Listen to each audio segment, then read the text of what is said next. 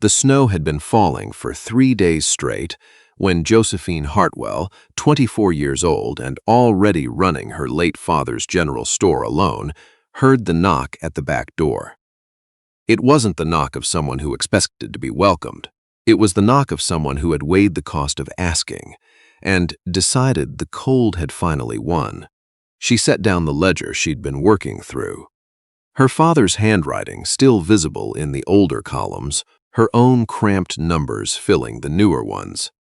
And she went to the door with the lamp held low. The man standing on her back step was big, broad-shouldered, and soaked through despite the coat he wore. He had a beard that had gone past the point of intention and into the territory of neglect. His hat was pulled low. He was holding his left side with his right hand, and even in the poor light of the lamp, Josephine could see the dark stain spreading through his fingers. He said, "I'm not here to cause trouble, ma'am. I saw the light." She looked at him for a long moment. She was 24 years old. She had been running this store since her father died in October. She was 5'3", and she weighed perhaps 120 pounds, and she was standing at a back door in the middle of a Saskatchewan blizzard, looking at a bleeding stranger who was half again her size. She stepped back from the door. "Get inside," she said, "before you bring all the cold in with you." His name was Cornelius Baird. He was 52 years old, and he told her that much right away without her asking, as though he understood that information might matter to her. He sat at her kitchen table with his coat peeled off and his shirt cut away at the side, and he told her his name and his age and the fact that he'd been traveling south from Prince Albert for 4 days. He did not tell her, not right away, how he'd come to have a knife wound in his left side. Josephine cleaned the wound with the efficiency of a woman who had grown up watching her mother tend to every kind of injury in a town that was 2 hours from the nearest doctor. She had steady hands. She had always had steady hands. Her father used to say she could have been a surgeon if she'd been born in a different place to different people. And Josephine had always suspected he was right, though she'd never had occasion to test the theory. Cornelius. She called him that, his full name, because she was not in the habit of shortening things that hadn't been offered shortened. He didn't flinch when she cleaned the wound. He sat very still and looked at the wall and breathed slowly. "This isn't from a fall," she said. "No," he said. "It isn't." She waited. He said, "There were 3 men on the Henshaw Road. They wanted my horse. Did they get it?" "No." She tied off the bandage and straightened up and looked at him. He was a large man, but he looked reduced, sitting there in her kitchen in the lamplight with his shirt opens and his age visible in every gray hair and deep line of his face. He looked like a man who had been carrying a great deal for a very long time and was very tired of it. "The horse is in the barn?" she asked. "I tied him. I didn't know if that was permitted." "It's permitted," she said. "There's hay. He can stay warm." She put the kettle on. He watched her move around the kitchen with something careful in his expression, something that was not quite gratitude and not quite guilt, but lived somewhere between the two. "I can pay," he said, "for the doctoring and the barn. I have money. I know you can pay," she said. "We'll talk about it in the morning." She did not invite him to stay inside. That felt like a line she wasn't ready to cross. But she brought extra blankets down from the upstairs cupboard, and she carried them to the barn herself, and she made sure the lantern was well hung before she left him there. He said, "Thank you, Miss Hartwell," she said. "Josephine Hartwell." "Thank you, Josephine Hartwell," he said, and there was something in the way he said it. Her full name, both words, that she found herself thinking about later, lying awake in her own cold bed listening to the wind come off the prairie. The storm kept him there for 4 more days. She did not plan to talk to him. She planned to bring food twice a day and check the bandage and keep a professional distance, the way her father had always kept a professional distance from customers who came to the store in difficult circumstances. You could be kind without being involved. You could help without becoming responsible. But on the second morning, she found Cornelius in the lean-to beside the barn at 6 o'clock, stacking the firewood that had been sitting unsplit since October when she'd run out of time to deal with it. The axe was her father's axe, heavy and long-handled, and he was swinging it with a steadiness that looked like practice. Like something a body did so many thousand times it stopped being thought and became reflex. He was 52 years old, and he had a knife wound in his side, and he was out in the snow at 6 in the morning, splitting her wood. She stood in the doorway and watched him for a moment. Then she went inside and made enough porridge for two. He came in when he heard the door, stamping the snow off his boots on the step, the way a careful man does when he knows he's in someone else's home. He sat where she pointed. He ate what she put in front of him, without comment or complaint. She said, "You didn't have to do that." He said, "I know." She said, "Your side." He said, "It's holding." She looked at him. He looked back at her, not challenging, not defensive, just steady. "I'll check it after breakfast," she said. He nodded. That was the morning she started to wonder about him, in the way she hadn't permitted herself to wonder before. His life, as it came out in pieces over the following days, not all at once, not in any dramatic telling, but in the small fragments that two people share when they are eating together and working alongside each other. His life was not what she would have predicted from looking at him. He had been a surveyor for 23 years. He had worked all across the Northwest, marking land for settlement, and he had watched the territory change so completely in those years that sometimes he said he felt like he had lived 3 or 4 different lives inside the one. His wife had died in 1889. He had a daughter in Moose Jaw who was 17 and doing well. He wrote her letters every week, and she wrote back, which he described simply as the great good fortune of his existence. He had left the surveying 2 years ago. He was trying to find a piece of land somewhere north of the Qu'Appelle where he could, and here he paused for a long time, looking for the right word where he could settle. "You mean stop moving," Josephine said. "Yes," he said. "I mean moving." She understood that. She had stopped moving at 24, when her father died and the store became hers, and the town became her entire geography. Some days that felt like a gift, and some days it felt like a sentence, and she had not yet worked out which it was. She said, "Were you a good surveyor?" He thought about it. "I was an honest one," he said. "I marked land the way it actually was, not the way people wanted it to be. That's not always the same thing. I imagine it costs you contracts," she said. "It cost me quite a few," he said, and there was something in his voice. Not regret exactly, but the plain acknowledgement of a man who has made choices and knows what they cost and would make them again. "Now, I want to stop here for just a moment and speak to you directly, friends. If you're listening to this story from somewhere out there, from the Atlantic provinces, from the prairies, from somewhere up in the territories, or maybe from somewhere much further away, I'd love to know where you are. Leave a comment and tell me. Tell me what time it is, where you're sitting, and what the weather's like outside your window. Those little details, I read every single one of them, and I treasure them more than I can say. And if this story is finding its way into your heart a little, well, a like doesn't cost you anything, and it means a great deal to the folks here at Frontier Roots. Now, back to Josephine and Cornelius. On the third evening, she found the letter. She was not snooping. She needed to check that the barn lantern was properly extinguished. Cornelius had gone out after supper to tend the horse, and she'd expected him back within 10 minutes. And when 20 had passed, she went to look. She found him sitting in the hay beside the horse, with a letter open in his hands and his face doing something she had not seen it do before.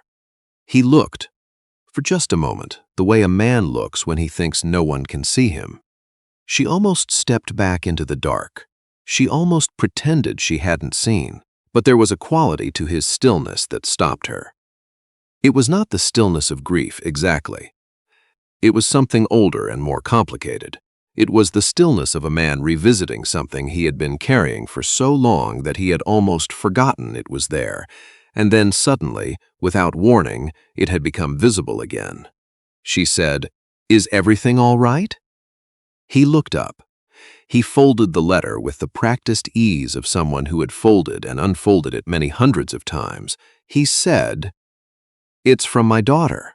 She waited. He said, "She's asked me to come to Moose Jaw for Christmas. She wants me to meet. She has a young man she's written to me about. She says she wants her father there." "That sounds like good news," Josephine said carefully. "It is good news," he said. He tucked the letter into his coat. He stood up, slowly, favoring his left side. He looked at her with that careful, contained expression she was beginning to understand as his resting state, as the face of a man who had learned, over 52 years, to keep most of what he felt where the weather couldn't reach it. He said, "I've been absent a great deal, for work. For various reasons. She's 17, and she's grown into a fine person, and I can't claim much credit for that."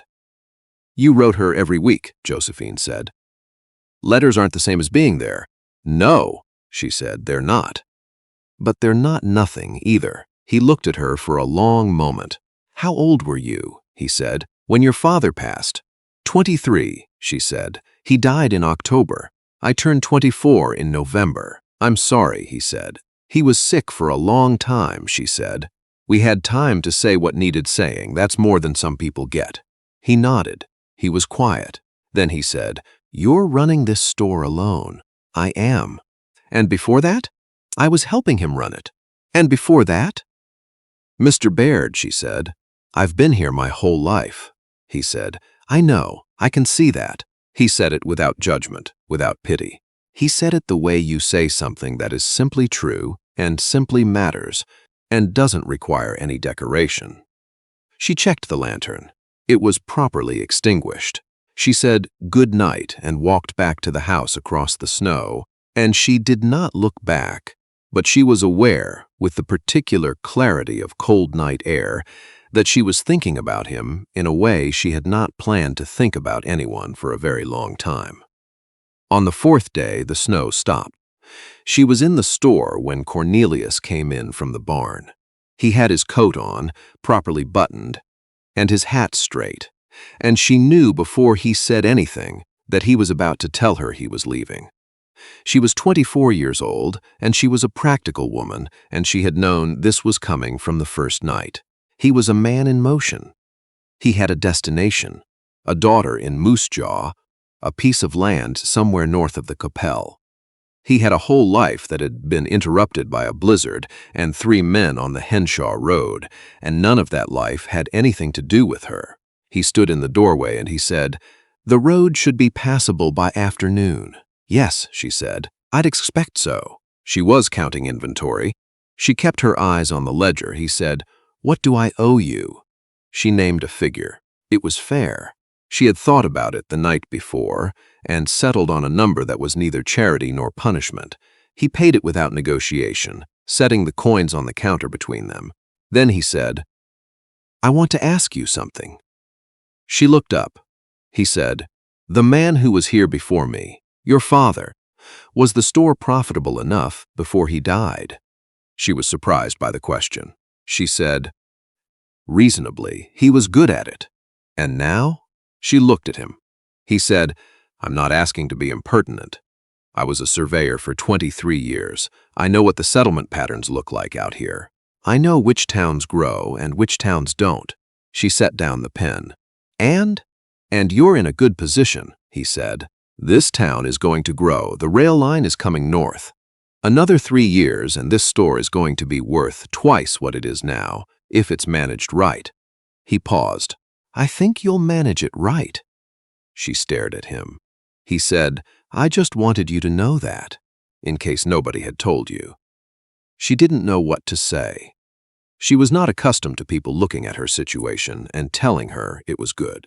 Most people looked at her situation, 24, alone, running a store in a small prairie town, and looked away quickly, the way you look away from something slightly sad. He picked up his hat from the counter. He said, "The horse's left foreleg. There's a small stone bruise. Keep an eye on it for the next week if it comes up in conversation." "It won't come up in conversation," she said. "Your horse will be in Moose Jaw by then." He smiled. It was the first time she had seen him smile, and it changed his face entirely, made him look less like a man who had survived 52 years and more like a man who had occasionally enjoyed them. He said, "I suppose that's true." He put on his hat. "Josephine Hartwell," he said. "Thank you for the barn. And the doctoring. And the porridge." "Cornelius Baird," she said. "Safe roads." He nodded. He went to the door. He stopped. He turned back, and there was something different in his face now, something she hadn't seen before, something that sat just below the surface of all that composure like water below ice. He said, "I'm going to Moose Jaw for Christmas. I'll be there until the new year, most likely." He said it carefully, with the particular care of a man choosing words the way you choose footing on uncertain ground. "After that, I'm heading north, to look at a parcel of land near Fort Qu'Appelle." A pause. "I expect I'll pass through this way again." "In the spring." She looked at him. She said, "The road through towns is the most direct route north." He said, "Yes, I thought so." She said, "I open at 7. He held her gaze for a moment. Then he nodded, once, put his hand briefly to the brim of his hat, and went out the door. She stood at the counter and listened to his boots on the step, and then the sound of the horse moving out of the yard, and then the silence of the prairie after a blizzard, which is not really silence at all, but a kind of held breath, everything still and waiting. She picked up the pen. She went back to the inventory, but she was smiling at the ledger in a way that would have surprised her if she'd been paying attention to herself. He came back in the spring, April, when the mud was up to the axles and the meltwater ran in every ditch, and the light had that particular northern quality it gets in April, stretched long and gold at the edges of the day. He came in a Wednesday morning at 9:30. She was restocking the flour. She heard the bell above the door, and she knew, before she turned around, that it was him. She did not know how she knew. She simply did. He looked better than he had in December. The wound was long healed. He had trimmed the beard to something intentional. He looked like a man who had spent a winter somewhere warm and had eaten regular meals and had received a great many letters from a daughter in Moose Jaw. He said, "Good morning." She said, "You're late." He said, "The road near Lumsden was washed out." She said, "I meant April. I thought you'd be here in March." He looked at her, and something in his face did what it had done on the morning she'd found him in the barn, opened just slightly, the way a window opens when the latch is lifted, letting in whatever is outside. He said, "I had some things to think about." She set the flour sack down. "Well," she said, "you'd better come into the back and have some coffee then, and you can tell me what you decided."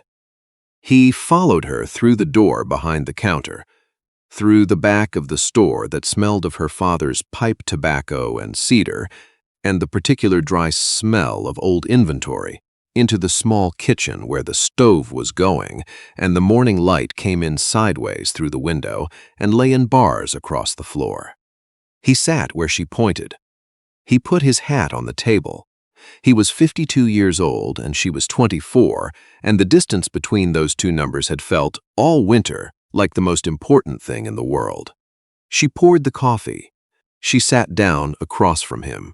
She said, "Well," he said, "I found the land. It's good land, about 12 miles northeast of Fort Qu'Appelle. There's a creek, and the soil it's good soil. It could be something in time." She waited. He said, "My daughter is getting married in June. The young man he's decent. She's happy." He looked down at his coffee. "She told me when I was there at Christmas, she said that she wanted me to stop traveling. She said she was tired of worrying about me. She's 17. Josephine said, "Children shouldn't have to worry about their parents."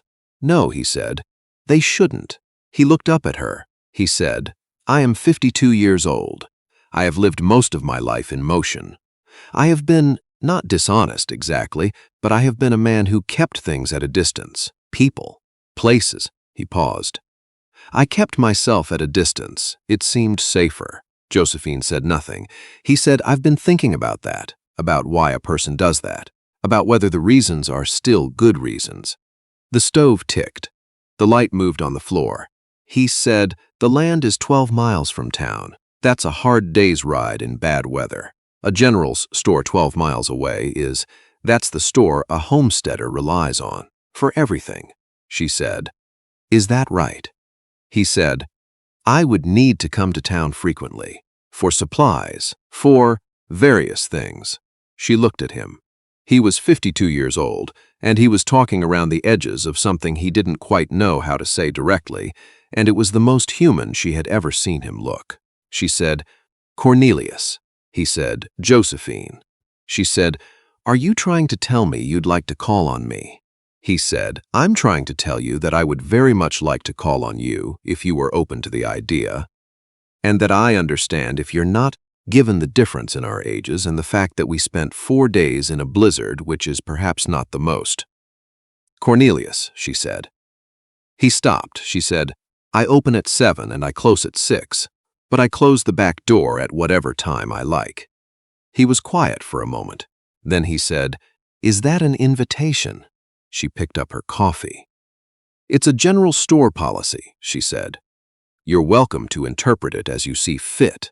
He looked at her across the table, this 52-year-old man with his hat on the kitchen table and his hands around a mug of her coffee, in the kitchen that smelled of her father's pipe tobacco and cedar, and the long memory of a family that had stood in this one place for a generation.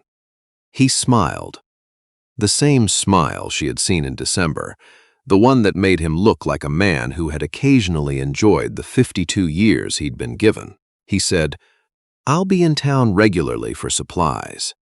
She said, I'll make sure to keep the coffee on. He stayed for supper that evening, and the evening after that, and the evening after that. He spent the week in the room above the feed store before heading out to the land he'd purchased. He came back the following week for supplies, and the week after that, and by the 3rd week, the man at the feed store had stopped asking him how long he planned to stay and had just started leaving the room made up. He was 52 years old. She was 24. In June, they drove together to Moose Jaw for his daughter's wedding, and his daughter, a serious, clear-eyed young woman of 17 who looked at Josephine with the frank, assessing gaze of someone who wanted to know if this woman was going to be good for her father, had taken Josephine's arm at the reception and said, He wrote me about you. In December. He told me there was a woman running a general store alone in a blizzard who had steady hands and didn't waste words. Josephine had said, He told you that? His daughter had said, He wrote me 3 pages about you. He never writes 3 pages about anything. By the time the harvest came that autumn, Cornelius had his first crop in the ground and a roof over the small house he'd built on the creek land, and he was in town twice a week, and the back door of Josephine Hartwell's general store was unlocked in the evenings, and there was always coffee on. The following spring, he asked her to marry him. He did it in the kitchen in the morning, without any ceremony at all. He simply said, I've been thinking. I'd like to stop keeping you at a distance. I've been doing that my whole life, and I think it's a bad habit. She said, That is a remarkably unromantic proposal. He said, I know, I'm sorry. She said, Yes. He said, Yes to which part? She said, Yes to all of it. Yes, that's an unromantic proposal. Yes, it is a bad habit.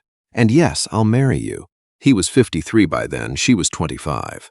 The circuit minister, who came through every 6 months, performed the ceremony in the store on a Saturday morning in May. With the shelves of flour and dry goods and hardware behind them, and 3 customers who had wandered in for their weekly shopping and had stayed for the wedding. They told the story of those customers for the rest of their lives. They became part of the story the way accidents sometimes do, not planned, not arranged, Just the ordinary life of a general store on a Saturday morning, flowing around and through the extraordinary moment like a river around a stone. The stone stays, the river keeps moving, and somehow together they make something the landscape remembers. My friends, those of you who have stayed all the way to the end of this story tonight, thank you. From wherever you are in this great wide country, or from wherever in the world this story has found you, thank you for giving your time and your attention to Josephine and Cornelius. Some stories stay with us because they're dramatic, some stay because they're loud, and some stay because they remind us of something quieter, that steadiness is its own kind of courage, and that it is never too late to stop keeping the good things at a distance. May God bless you and keep you, friends. Keep your roots deep and keep riding.